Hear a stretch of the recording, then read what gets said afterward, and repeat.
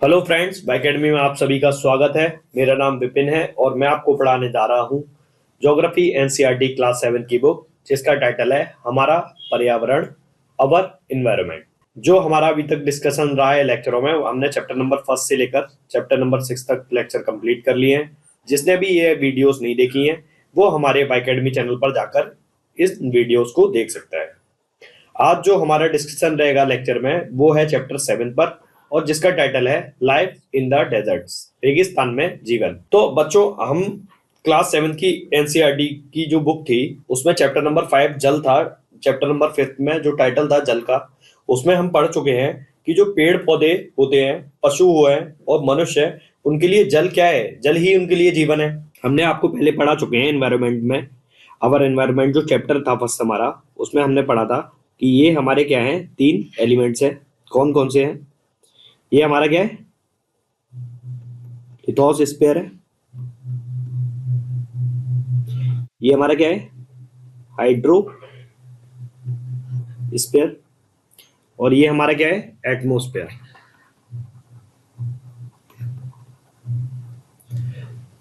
जब ये तीनों तत्व मिलते हैं तो वहां पर क्या होता है? वहां पर क्या हो रहा है?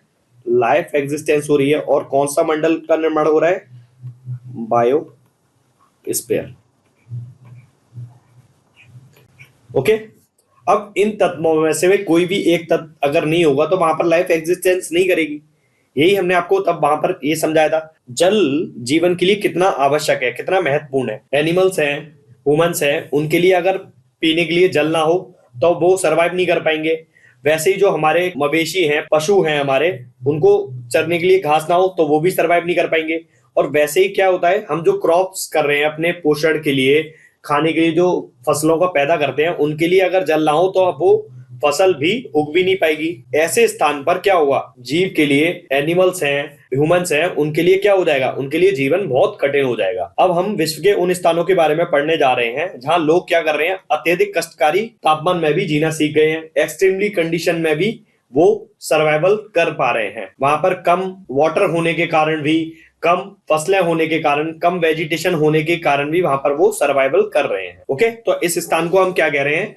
डेजर्ट कह रहे हैं। तो अब डेजर्ट के बारे में हम परिभाषा लिखते हैं। ऐसा प्रदेश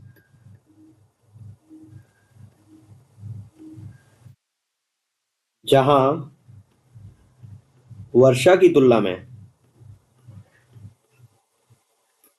वर्षा या रेनफॉल की तुलना में वाष्पीकरण वाष्पीकरण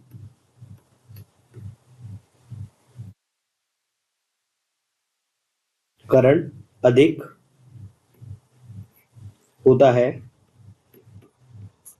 या होता हो तो उसको हम क्या कह रहे हैं? मरुस्थलीय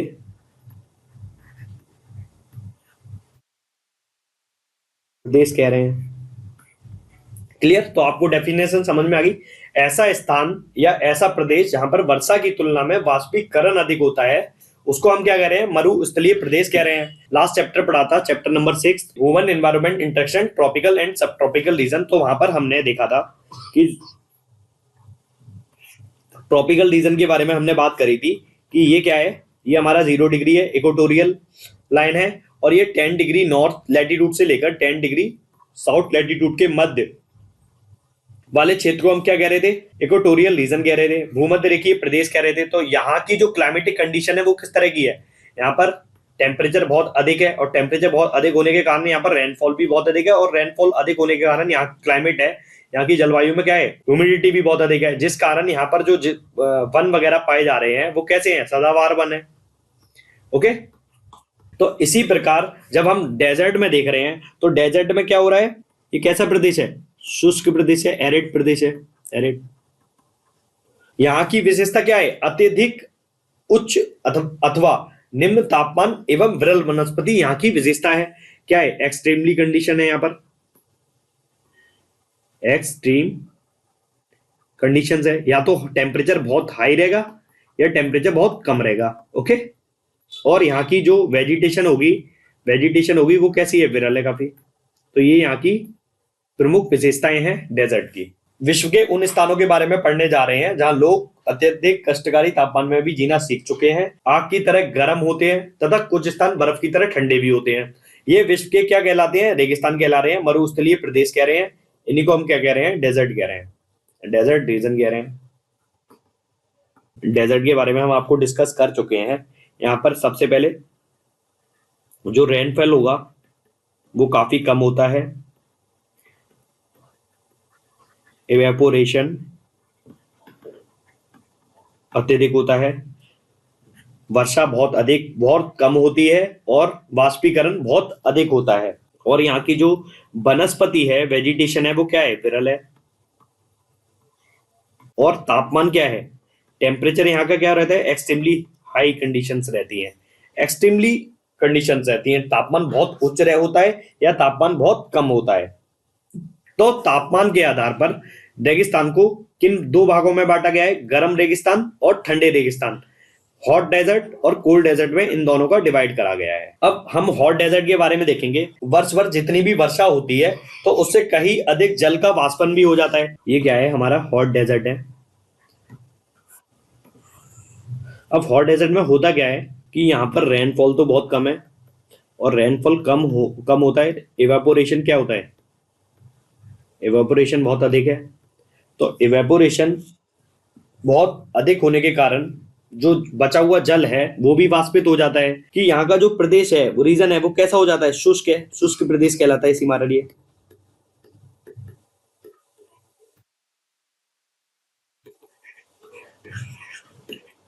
और कोल्ड डेजर्ट कौन से होते हैं?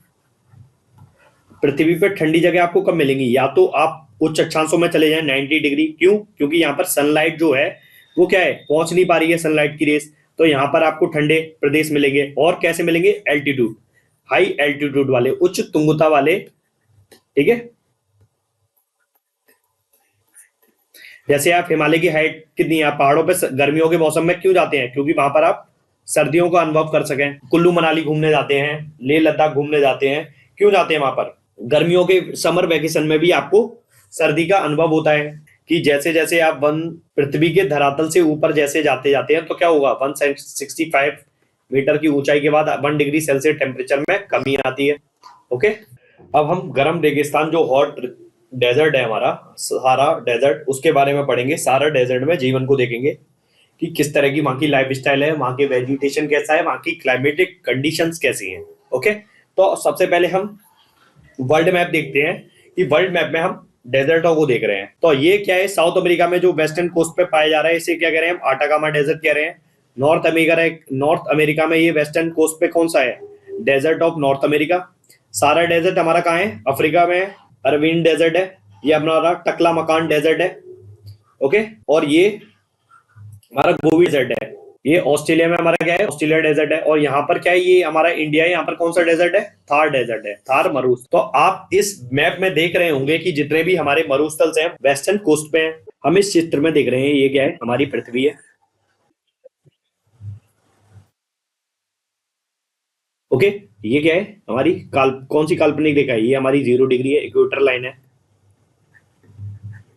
और यहाँ पर हम एक लाइन काल्पनिक रेखा खींच रहे हैं, ये क्या है? 30 डिग्री लैटिट्यूड है, नॉर्थ लैटिट्यूड। और ये हमारी क्या है?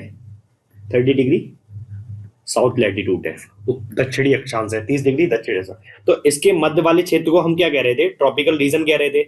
ओके।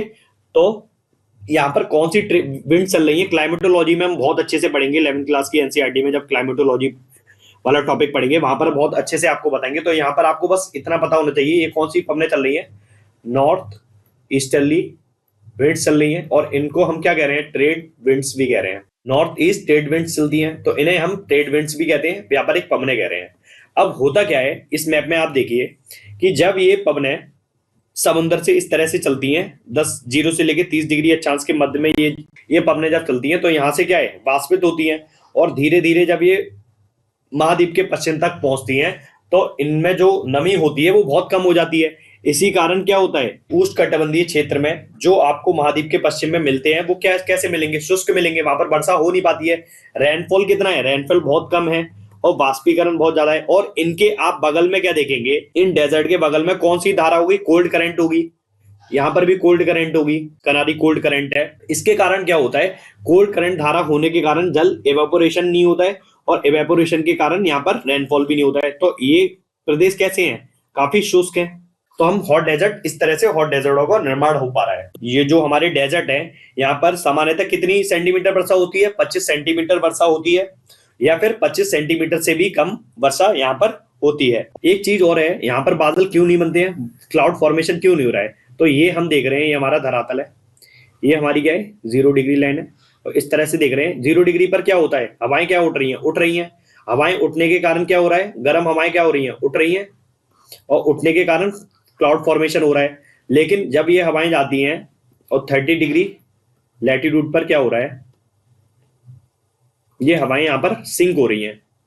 जब हवाएं यहाँ पर सिंक हो रही हैं, गिर रही हैं भारी होने के कारण, तो यहाँ पर जब हवाएं सिंक होंगी तो यहाँ पर क्या होगा, क्लाउड फॉर्मेशन ही नहीं हो रहा है। तो क्लाउड फॉर्मेशन नहीं होने के कारण क्या होगा, स्काई कैसे रहेंगे, स्काई क्लियर रहेंगे।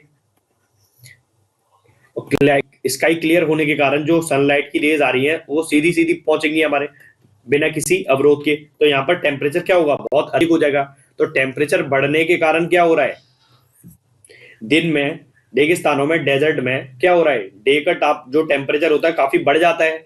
और रात के समय भी क्या होता है, पार्थिव विकिरण जब बहुत जल्दी रिलीज भी हो जाता है। यहाँ पर क्या है, क्लाउड नहीं है, पार्थिव विकिरण जो हमारी धरती से निकल रहा है वो क्या हो रहा है, इसे रोक भी नहीं पा रहा है। तो बहुत जल्दी क्या है, रात में, नाइट में यहाँ पर 0 डिग्री सेल्सियस टेम्परेचर रात में हो जाता है, काफी ठंडा हो जाता है। तो यहाँ के जो दिन और रात में जो एनुअल टेम्परेचर होता है, यहाँ का मैक्सिमम और मिनिमम के बीच अगर मीन निकाला जाए तो सबसे अधिक तापांतर हमारा कहाँ, डेजर्ट रीजन में रिकॉर्ड किया जाता है। एनसीईआरटी में देखा होगा कि विश्व का जो सबसे अधिक तापमान वाला, जो सबसे ज्यादा टेम्परेचर था 58 डिग्री सेल्सियस, वो कहां पर रिकॉर्ड किया गया था, लीबिया में। लीबिया में एक लोकेशन है अल अजीजिया नामक स्थान पर अंकित किया गया था। हम सहारा डेजर्ट के बारे में पढ़ते हैं कि उत्तरी अफ्रीका के बड़े भूभाग पर फैले हुए सहारा के रेगिस्तान का हम पता लगाते हैं, तो देखेंगे ये किन किन देशों में फैला हुआ है। तो ये हम देखेंगे अफ्रीका के, ये उत्तरी अफ्रीका के 11 देशों में फैला हुआ है। Western Sahara, Algeria, Libya, Tunisia, Egypt, Sudan, Chad, Niger, Mali और Mauritania, Morocco, Niger, Sudan, Tunisia, पश्चिमी सहारा, ये 11 देशों से घिरा हुआ है। और ये विश्व का सबसे बड़ा मरुस्थल भी है, विश्व का सबसे बड़ा मरुस्थल है। कहां पर पाया जाता है, ये अफ्रीका में पाया जाता है। अब रेगिस्तान के बारे में जैसे ही हम सोचते हैं तो हमारे मस्तिष्क में क्या आता है, ये हमारे मस्तिष्क में आ रहा है कि रेत का मैदान है, वहां पर आंधियां चलती रहती हैं, टेम्परेचर बहुत अधिक होता है। यही हमारे मन में आता है कि जो हमारा सारा मरुस्थल है बालू के विशाल परतों से ढका हुआ है। जो बालू है, हमारे कंकड़ी पत्थर है, उनको हम क्या कह रहे हैं, अर्ग कह रहे हैं। उस जगह की स्थलाकृति को हम क्या कह रहे हैं, अर्ग कह रहे हैं। ये बजरी के मैदान या फिर सैंडी डेजर्ट को हम क्या कह रहे हैं, अर्ग कह रहे हैं, स्थलाकृति को। उनकी जो नगन चट्टानी सतह हैं, ये क्या है, नगन चट्टानी सतह हैं, या फिर क्या है, बैरन रॉकी डेजर्ट को हम क्या कहते हैं, हमदा कह रहे हैं। क्या कह रहे हैं, हमादा, HAMADA। किसे कह रहे हैं हम, बैरन रॉकी डेजर्ट को कह रहे हैं। तो जो मरुस्थल होते हैं वो दो तरह के होते हैं, एक सैंडी डेजर्ट होते हैं और दूसरे कौन से होते हैं, बैरन रॉकी डेजर्ट, जहां पर क्या होते हैं, बजरी, ये आप देख ही रहे होंगे इस चित्र में, बहुत दूर दूर तक फैले होते हैं ये। अब हम सारा डेजर्ट की जलवायु के बारे में पढ़ेंगे। यहाँ की जलवायु कैसी है, यहाँ की जलवायु अत्यधिक गर्म और शुष्क है। ये हम आपको बता चुके हैं, यहाँ की जलवायु गर्म क्यों होती है, ओके, और शुष्क क्यों हो रही है। रेनफॉल बहुत कम है, 25 सेंटीमीटर से भी कम है। और यहाँ का जो इवेपोरेशन रेट है वो क्या है, बहुत अधिक है। और जो हम बता रहे थे कि 0 डिग्री से जो पवनें उठकर 30 डिग्री पर गिरती हैं, तो यहाँ पर क्या है, सिंकों जो पवनें हमारी वहां पर क्या हो रहा है, सिंक हो रही हैं। तो सिंक होने के कारण क्लाउड फॉर्मेशन नहीं हो रहा है। क्लाउड फॉर्मेशन ना होने के कारण जो स्काई बन रहे हैं वो क्लियर है, और स्काई क्लियर होने के कारण जो सनलाइट की रेज आ रही है वो सीधी आ रही है बिना किसी अवरोध के। तो दिन का टेम्परेचर बहुत अधिक हो जाता है और रात के समय यही टेम्परेचर 0 डिग्री सेल्सियस तक भी हो जाता है। हम आपने बताया था कि लीबिया में अल अजीजिया जो सारा डेजर्ट में स्थान है, वहां पर कितना 58, अभी तक का पृथ्वी पर सबसे अधिक टेम्परेचर अंकित करा गया है 58 डिग्री सेल्सियस। तो आप देख रहे हैं दिन के तापमान और रात के तापमान में कितना बड़ा ताप में अंतर है। तो विश्व में सबसे ज्यादा तापांतर कहां पर, कौन से प्रदेशों में देखा जाता है? रेगिस्तान के प्रदेशों में ये देखने को आपको मिलता है। यहाँ की वर्षा ऋतु क्या है? अल्पकाल के लिए होती है और वाष्पन बहुत तेजी से होता है, ये हम आपको सब बता चुके हैं। और दिन अत्यधिक गर्म और रातें बहुत ठंडी होती हैं। The days are extremely hot and nights are cold. Sahara desert के फ्लोरा एंड फौना के बारे में देखेंगे, वनस्पति जात एवं प्राणी जात के बारे में देखेंगे कि सारा रेगिस्तान है हमारा जो, वहां की वनस्पति में कैक्टस, खजूर के पेड़ एवं एकेशिया पाए जाते हैं। तो जो यहाँ की वनस्पति है वो किस पे डिपेंडेंट है? वो क्लाइमेटिक कंडीशन पे डिपेंडेंट करती है, वहां के रेनफॉल पे, वहां के टेम्परेचर पे। डेजर्ट रीजन के बारे में देखते हैं। वहां पर क्या है? पानी की कमी है, और पानी की कमी के कारण जो हमारा वेजिटेशन का डेवलपमेंट होता है वो वहां के इन्वायरमेंट के लिए अनुकूल नहीं है। वहां की जो जलवायु है, क्लाइमेटिक कंडीशन कैसी है? शुष्क है, एरिड है।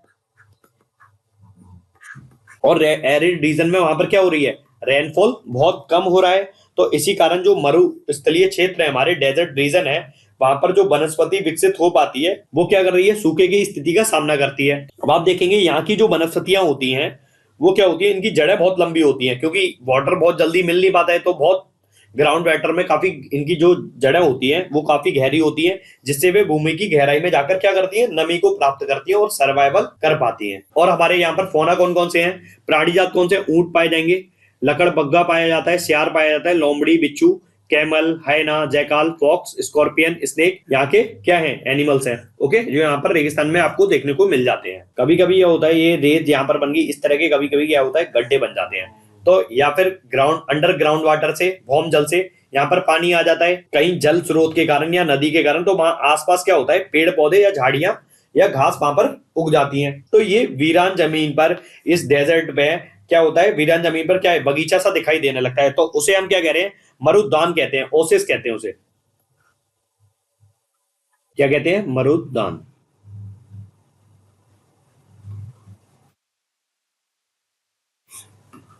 क्लियर? आप समझ गए? ये टीचिंग एग्जाम में काफी बार पूछ लेते हैं इस तरह से, जो मरुद्यान है वो कहां पर पाए जाते हैं? ओके, कौन से रीजन में पाए जाते हैं मरुद्यान? हमारे ओसिस जो हमारे मरुद्यान है, यहाँ पर कौन कौन सी फसलें होती हैं? प्याज हो जाएगी हमारी, शकरकंद है, तमाकू है, फलियां व मोटे अनाज की खेती यहाँ पर क्या करते हैं? की जाती है। और यहाँ की जो मुख्य फसलें हैं वो कौन कौन सी हैं?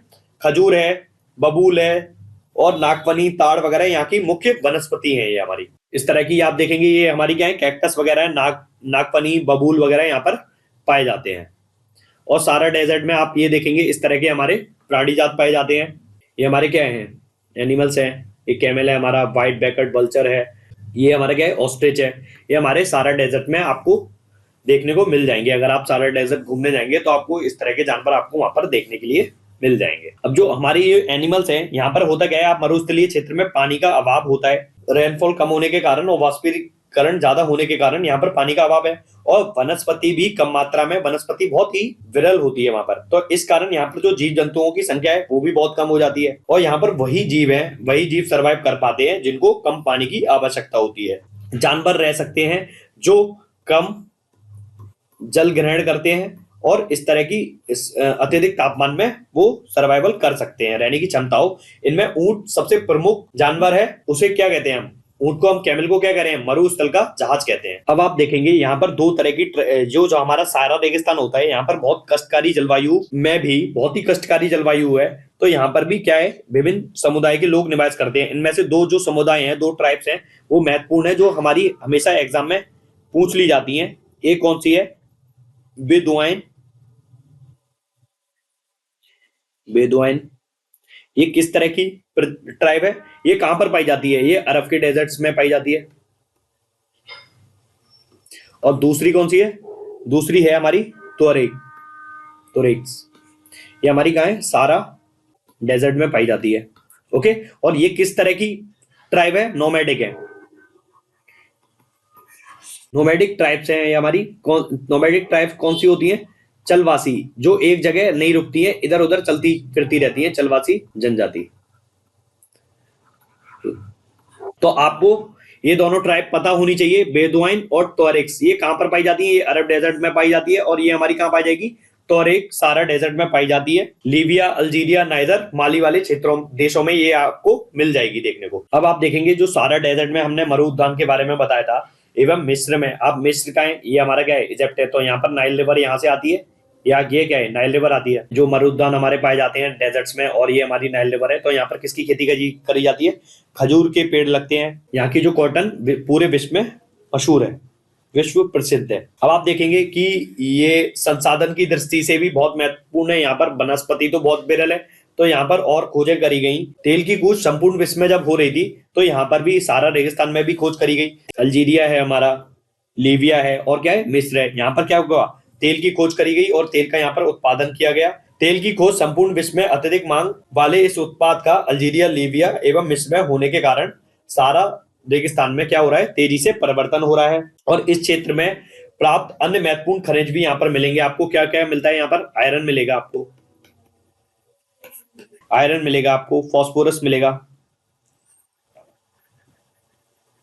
फास्फोरस है, मैग्नीज है, यूरेनियम है।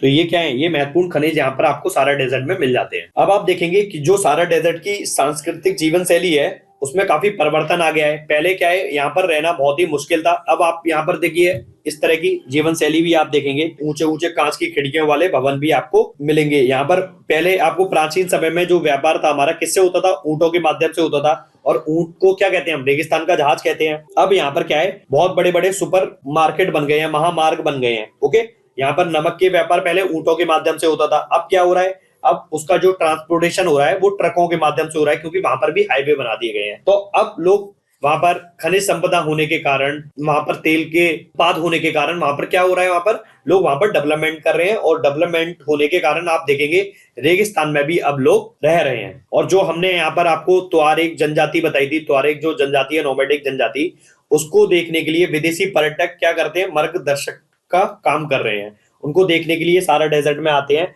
और आज अनेक जो नोमैडिक ट्राइब्स हैं, पुराने से प्राचीन समय में जो हमारी चलवासी जनजातियां थी, नोमैडिक ट्राइब्स थी, अब वो क्या कर रही हैं, सिटी के कल्चर की तरफ शिफ्ट हो रही हैं। और उनके जो बच्चे वगैरह हैं वो क्या कर रहे हैं, पढ़ लिख रहे हैं और तेल एवं गैसों की जो वहां पर उत्पाद पाए गए हैं उसमें नौकरी का कार्य ढूंढ रहे हैं।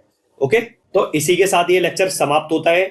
ये चैप्टर जो चैप्टर नंबर 7 है काफी बड़ा है, तो इसको हम 2 पार्ट में पढ़ाएंगे। अभी ये पहला पार्ट आपका कंप्लीट हो चुका है। दूसरे पार्ट में हम कोल्ड डेजर्ट के बारे में पढ़ाएंगे और उसमें कोल्ड डेजर्ट लद्दाख के बारे में आपको बताएंगे कि वहां की वनस्पति कैसी है, वहां का फ्लोरा एंड फोना कैसा है, वहां का क्लाइमेटिक कंडीशन कैसी है, और वहां पर लोग कैसे सर्वाइव कर रहे हैं, वहां पर किस तरह के लोग रहते हैं, वहां का कल्चर क्या है, इस सब के बारे में आपको बताएंगे। आपको ये हमारा लेक्चर कैसा लगा कमेंट सेक्शन में बताइए, और हमारे चैनल को ज्यादा से ज्यादा सब्सक्राइब करें, वीडियो को लाइक करें और कमेंट करें।